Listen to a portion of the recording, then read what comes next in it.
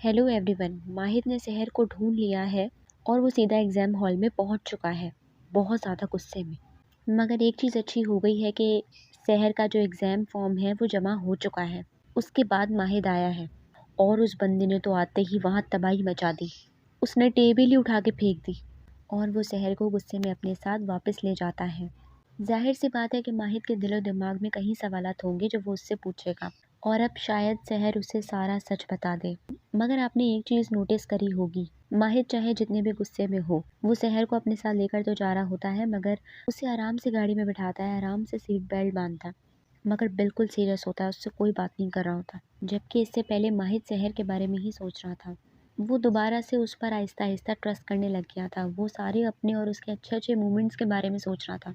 वो दोबारा शहर पर ट्रस्ट करने लग गया था। मगर अचानक से वो दुपट्टा लटका हुआ देख लेता है जिससे शहर उतर कर भागी थी। एक तो मुझे समझ में ये नहीं आया कि वो दुपट्टा वहाँ पे लटका हुआ क्यों था। अरे अगर वो एक दफ़ा उतरेगी तो फ़ौरन उसकी अम्मा को वहाँ से खींच लेना चाहिए था। इतनी देर से वहाँ लटका हुआ कर क्या रहा था।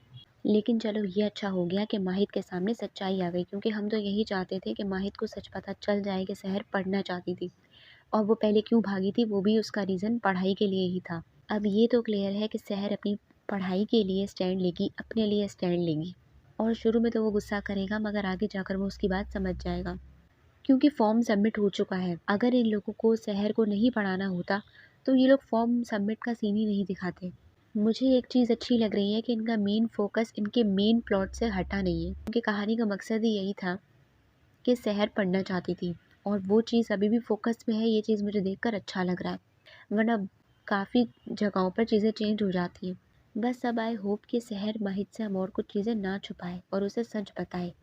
बेसिकली शहर माहिर को अभी इतना अच्छा जानी ही नहीं है और उसे अपनी मोहब्बत का एहसास भी नहीं हुआ है। जब हो जाएगा तब वो उसके बारे में सोचेगी और उससे बातें छुपाना बंद करेगी।